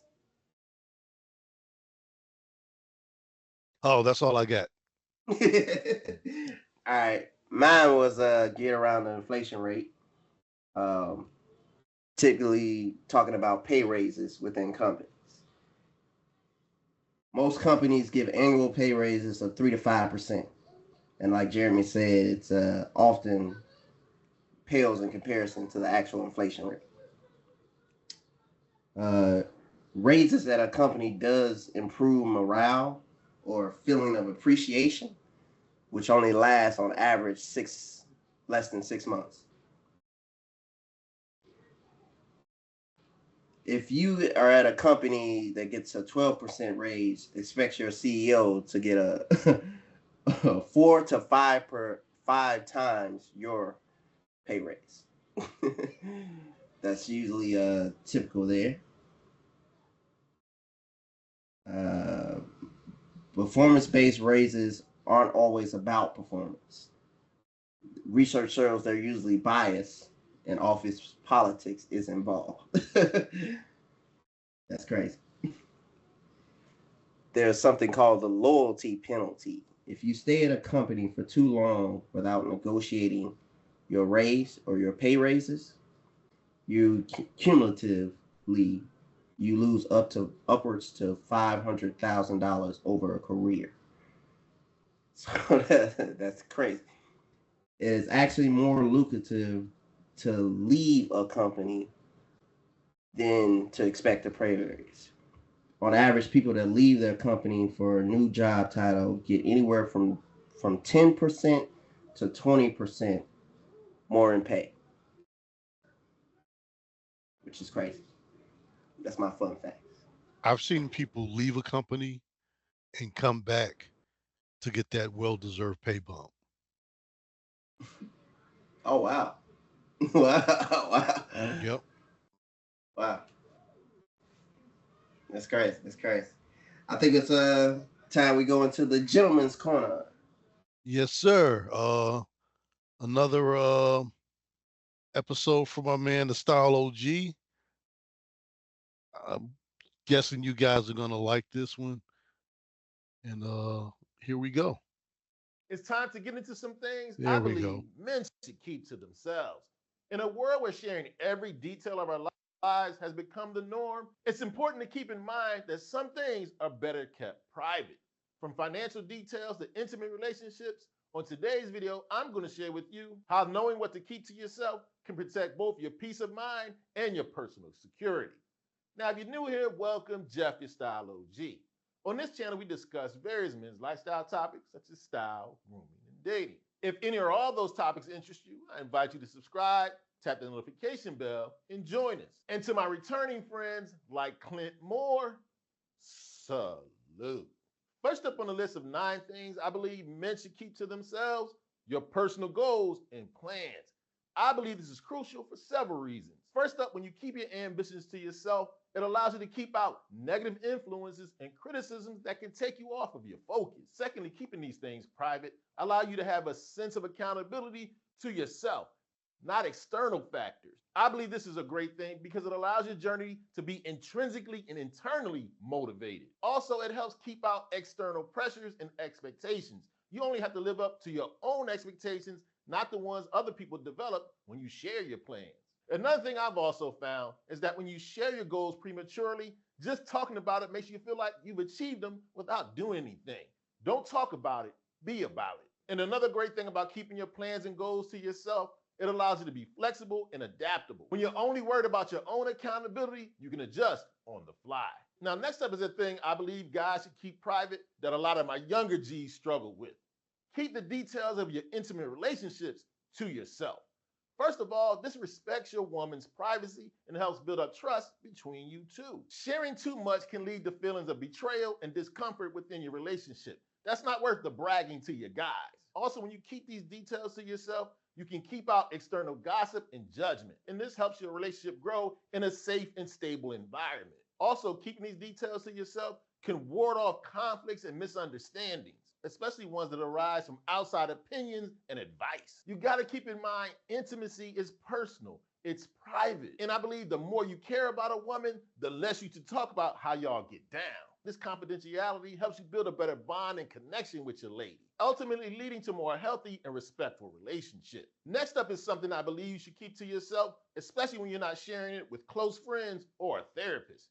Keep to yourself your personal struggles. One of the great things about keeping your personal struggles to yourself, it allows you to process your emotions without outside judgment. You deal with your challenges without external pressure, which allows for genuine self-reflection and growth. Also, sharing your personal struggles indiscriminately can lead to unsolicited advice or opinions that might not be healthy or might even exacerbate the situation. Also, maintaining your privacy when it comes to your personal struggles helps in both personal and professional situations, especially when you might be sharing them with people who don't empathize with you or don't have your best interest at heart. Only share your personal struggles with close friends or family, or better yet, a therapist. Trust me, this is great for your overall mental well-being and assists you with coming up with thoughtful solutions. Now, next up is some things a lot of guys struggle with keeping to themselves. Well, to be honest, men and women do. Keep to yourself your workplace issues. This is a great idea for several reasons. First of all, sharing some of these internal conflicts might lead to a breach of professional confidentiality that might lead to disciplinary action, or even worse, you losing your job. Secondly, when you keep workplace issues to yourself, it prevents you from getting caught up in office politics and gossip. These type of things can damage your reputation, relationships, and lead to a toxic work environment. Nobody needs that. And oftentimes when you do share your workplace issues, it can lead to unhelpful advice, oftentimes biased advice, or things that just make the problems even worse. If it's absolutely necessary for you to share some workplace issues, share them with the HR, a trusted mentor, or somebody else that's trusted within your organization. Somebody that can provide objective and constructive support. But oftentimes, ultimately, I suggest you err on keeping your workplace issues to yourself. Next up is something I highly recommend you do your best to keep to yourself.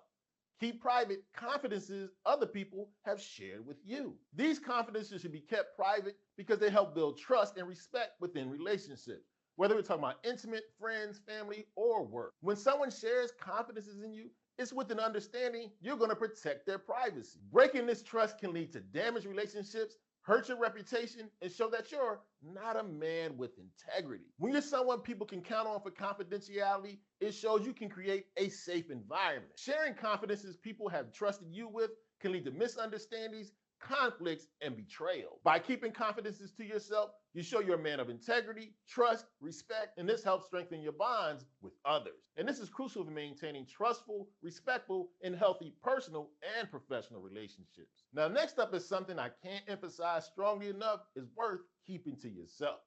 Keep private your financial information. This is a great idea for several reasons. First up, it protects you from dangerous consequences like identity theft and financial fraud.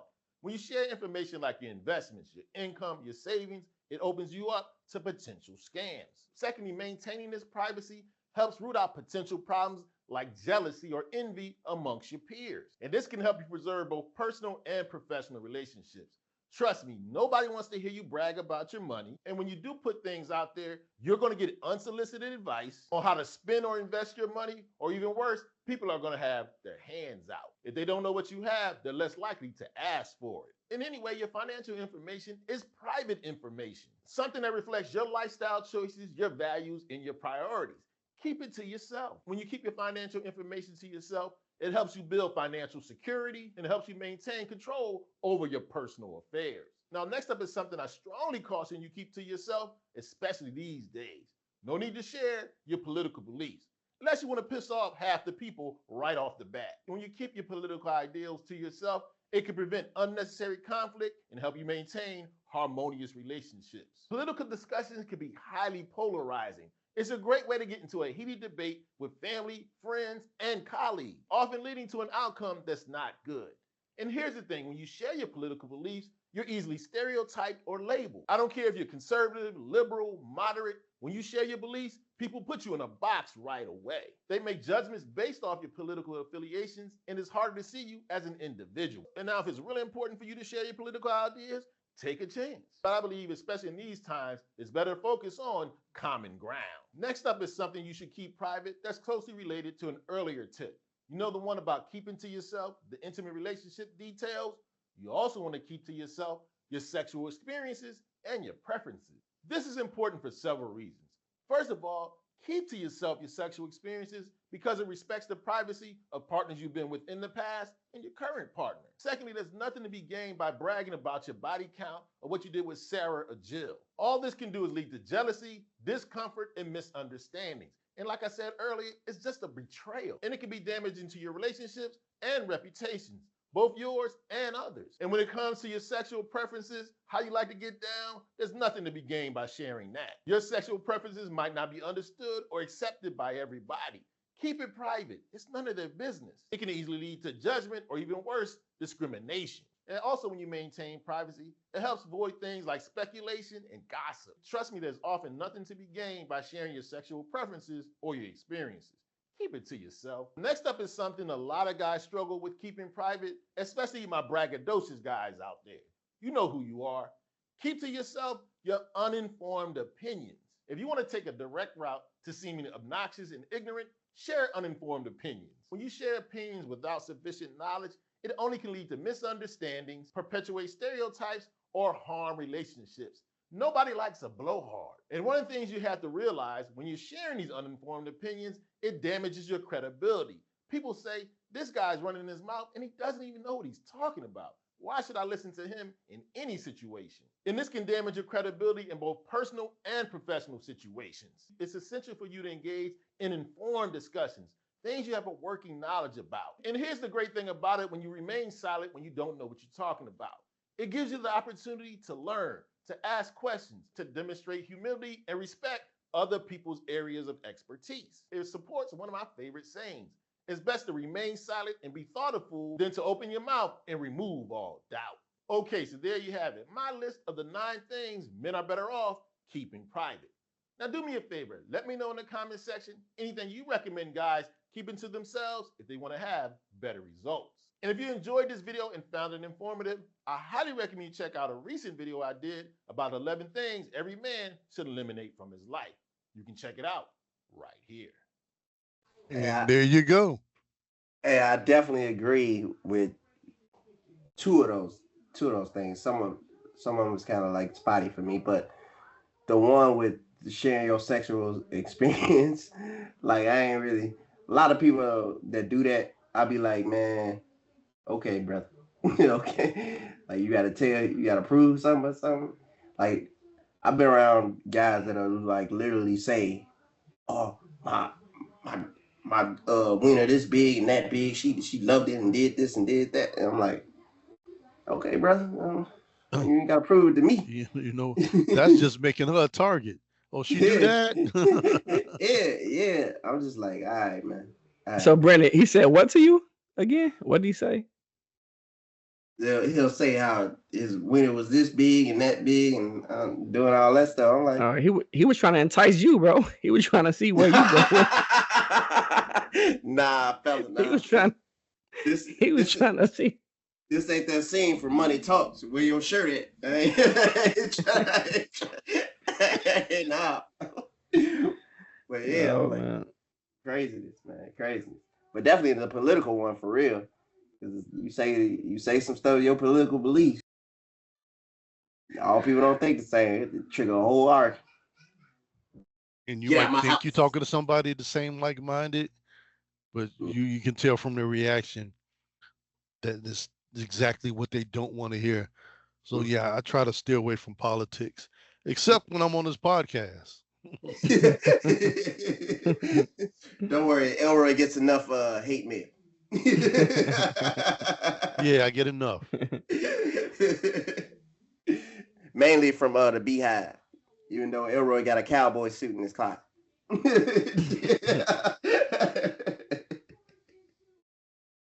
I got a suit, but you got assless chaps.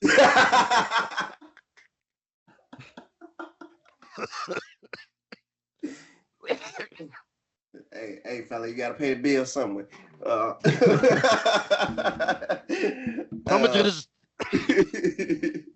Coming to the stage, put some green on the scene with Chocolate Boy Wonder. Hey, why Elroy already sound like a perfect hype man in the strip club? He been there too. I've been to a few. Been there too long. All right, man, you throw us out. We gotta get it. We gotta get on with the show. You throw us out. Record shop. Oh yeah, record shop. Oh, okay. Got some more classics for you. I got from my album 1986, I want to say, The Great Adventures of Slick Rick by Slick Rick.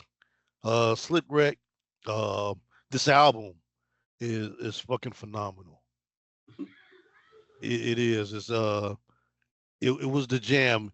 You would literally drive past a car playing the same at that time cassette, while you were playing it too. That's how popular it was. Now, Slick Rick, he's put out, I believe, 4 albums, but they just don't hit as great as the first one. I've seen him perform maybe 4 or 5 times, and he does the same songs, Lottie Dottie the show, which were like singles with another group and stuff from his first album. And I'm not saying that as a bad thing. It's just that Slick Rick has a great show performance. So every time I've seen him, it's like same songs, but it's the way he presents it different. So yeah, The Great Adventures of Slick Rick, it's a classic. And for my single, something for Jeremy to work out in the gym with, it's a song by Brandy called How I Feel. You work out to R&B? I'm sorry, Roy. I'm sorry. You work out to R&B. What's going on? And yeah, I do. No, you know what? To each his own. I do though, for real. So for me, if I'm in the gym, I'm listening to something that's going to get me amped up. I actually got a playlist. It's got DMX. Obviously, you know that gritty, grimy, get you amped up music. Y'all gonna make me lose my mind. You know, I got Metallica in it. You know, that's the way I go. I get that high energy. So to each his own. Oh, you want me? I'll go next. What do you listen to? You listen to both songs, both styles, country and western, right? Nah. I was finna say I listen to Nickelback. Remind me. This is a good song. And but what do you listen to when you're in the gym? I mean, it's kind of all over the place. I didn't play Miley Cyrus Party in USA before. I didn't play. You know what? Right there, stop. Jeremy, he's giving you shit. I got a mess with you. I got a message. I'm sorry. You sound a little too familiar to just jump up and name a Miley Cyrus song. Hey, ask him, bro. It's his favorite song. He said that a couple pods ago. That's his favorite song. Hey, I don't care. Yeah. Really? Hey, for the real fans out there, y'all know I said that on the very first episode. Yeah. So then I can not hide my shame. I like Wrecking Ball. Yeah. We part of the Miley Cyrus clique. we just as dangerous as Beehive. No. But let me. We the Miley Smileys. Let me give my record. My record is KRS-One, the higher level. I'm sorry, higher level, and it's off his 1992, I think. It's the Boom Bap album, and it's a very very intriguing. I like the music because it's like thought provoking. It's like self-awareness type music. And like, damn, you be listening to it like, damn, his whole album. That whole album will make you feel like, man, I'm grateful. I got to do better. I gotta, it'll have you all over the place. Just thoughts in your head. You know, I got to do better. I gotta correct this. I gotta read more. I gotta. And the song Higher Level will definitely make you think that too, because it talks about, you know, one thing in there. Some will die and some will thrive. And one lyric in there, and it's, you know, it is talks, and that lyric ties to about time, basically valuing your time and doing things with your time wisely. So it's definitely a thought-provoking song and album. So that's what's up. Okay, so for my song, I chose Drake, Too Much. You know what I'm saying? It's like I work out to it, I chill to it, I vibe to it. No, but I chose Drake because I think the album came out in 2012, and I actually saw Drake at my college a summer before. Like, he was giving out free concerts. So this is the early Drake, right? The early Drake, and I became a fan from that point, right? So Too Much is like it really shows his lyricism. You know, I really like it. Check it out. It's decent. Like, it's smooth. It's laid back. But for my album, I chose Tory Lanez Verdict Day. Verdict Day. On the first listen, it was decent. It was decent, but if you wanna understand his viewpoint and everything and how it went down, like if you're interested in wanting to know, play his album. He mentioned a lot of things from the court date, from the incident, from his son's point of view, his family point of view, fans' point of view. And I just think it's a good album on the fact that he did it from prison. You know, you got the type of production team you must have to like sound that clear to be from prison. It's pretty decent. So the first listen is okay. I think if you really want to, like I say, if you want to find out his viewpoint, go check it out. It's decent. Yeah. So that's it. So follow up comments on yours, Jeremy. Mm-hmm. I am a big fan of mixtape Drake. Early Drake. Before his albums, his mixtapes, I got a shitload of his music. But Tory Lanez his album, you know, during the songs you hear phone check fool. They couldn't edit that out. But yeah, that is amazing. No, you do. You hear it. You hear it in there. I mean, I think it's a gimmick, but he do put it in there. Yeah, I think that's he's not the only one to do that, but yeah, to do a whole album off the prison phone or whatever, if you can pull it off, great. Hey,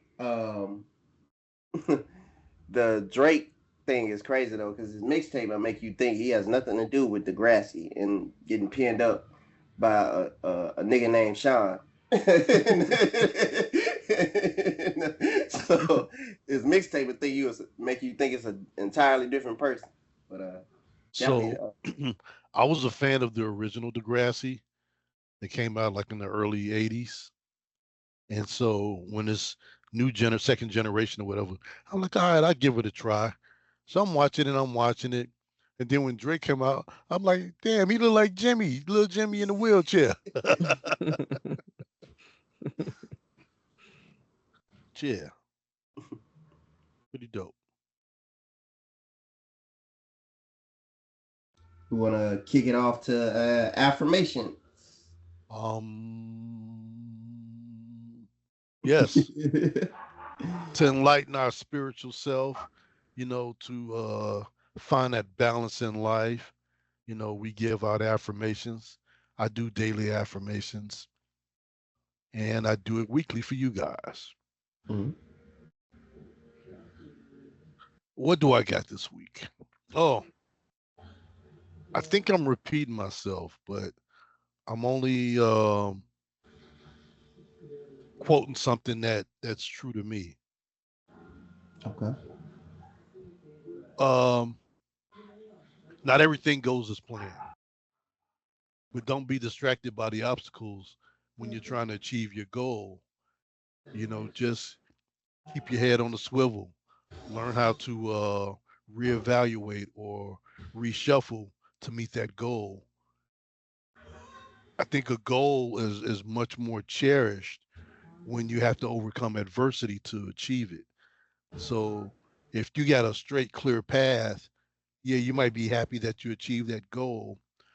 But if there's obstacles to slow you down or make you second guess yourself and you conquer it, it makes that goal much more that worth that while. So just because plan B, and plan C are not working, you still got 23 more letters of the alphabet to plan out. So keep going. I like what Roy said. I got a couple that kind of align with what you said, and that I'm gonna just read off here. If you must fall, then fall. The person you'll become will catch you. And that basically says when you struggle and you're going through those tough times, it's building.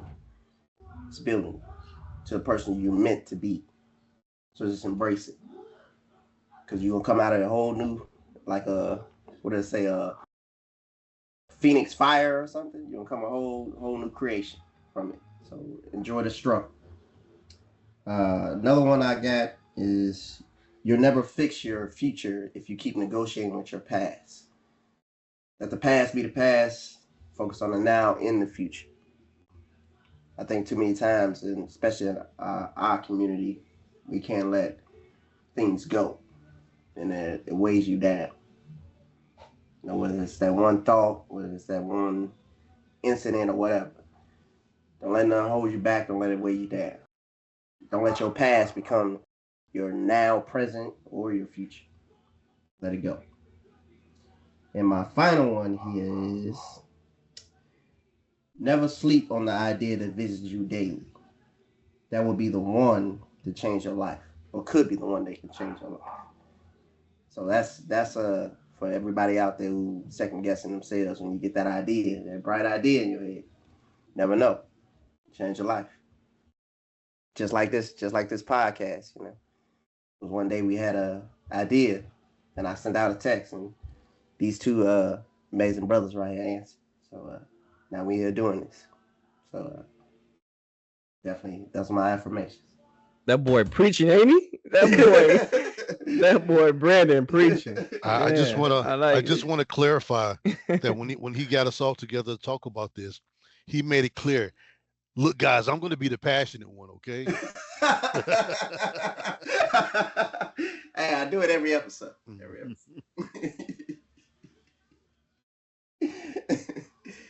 that's what's up. I'm sorry, I got lost in thought.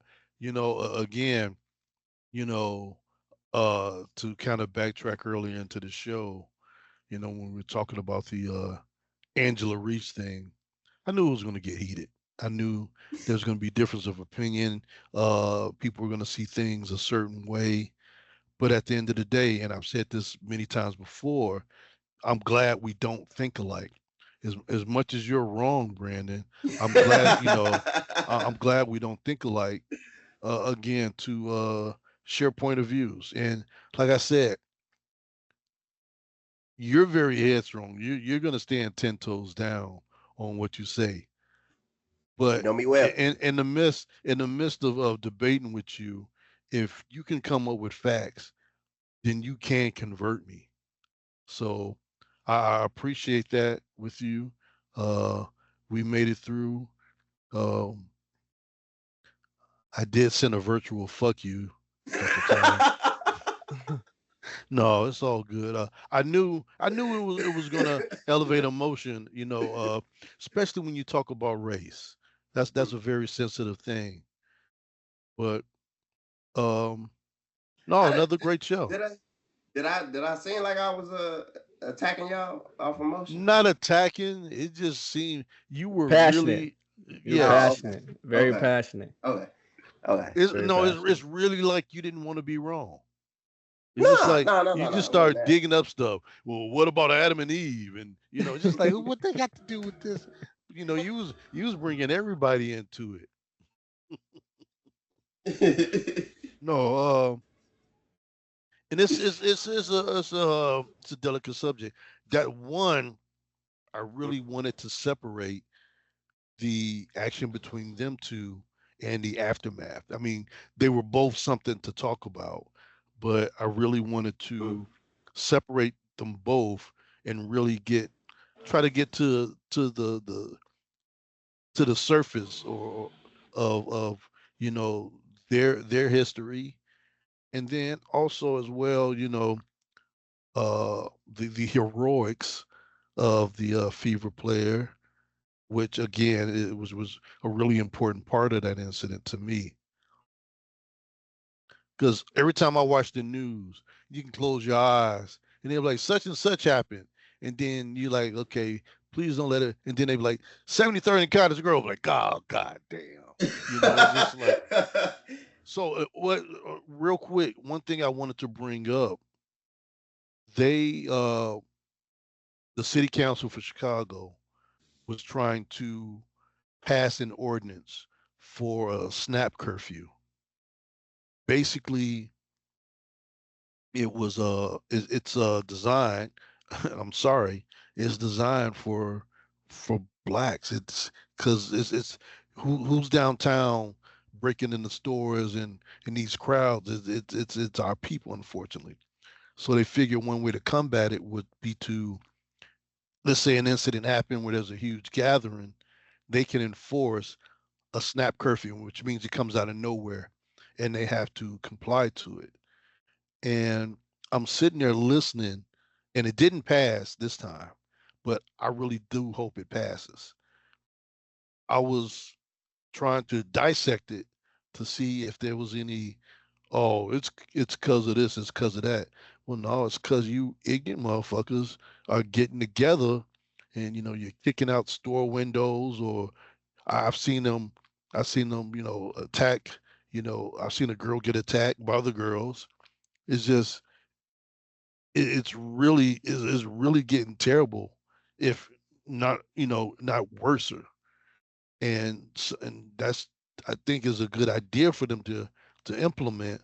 But there's somebody saying, oh, they're doing this because we're black. No, we're doing this because you're acting fucking fools. You're putting it out there on social media. Let's meet on this corner at this time, and nothing good comes from it. You're blocking traffic. I'm sure there's alcohol involved. I'm sure there's probably guns involved. It's not a good situation. But I agree with you 100%, and I'm gonna do it from the parent perspective. There's no way in hell your teenage, and it's all teenagers. We'll be more descriptive of that. It ain't just black people out there; it's teenagers, young black teens out there meeting up and destroying people. They doing the old, I believe in our generation was called point them out, knock them out. They doing that type of behavior, and that's the stuff that's got to stop. You know, that's why people are so fearful of this. That's is making it worse, and that's what's got to stop. So I'm with you. I know you may be shocked by this. I agree with you on the snap curfew. So I definitely think that should. Now these kids out here meeting up, drinking, doing all this, put them parents in responsible for that too, though. There's no way in the world you should not know what your child doing. Ain't no way in the world. Yeah. no, So I agree. I agree, both of you guys. It's just one thing I push back on. If I'm not mistaken, the curfew is only for a certain region. It's not statewide. So if it's really to like prevent it's things for from happening, Chicago. it should be all. It should be the whole state. It should be Illinois. Like it shouldn't just be Chicago. But it's like I don't think it's all Chicago. It's certain regions in Chicago. It's probably be started downtown only, and then you know what I'm saying, the people who the haves is that's the ones who they're protecting, right? But it should be the entire state. Why only certain regions?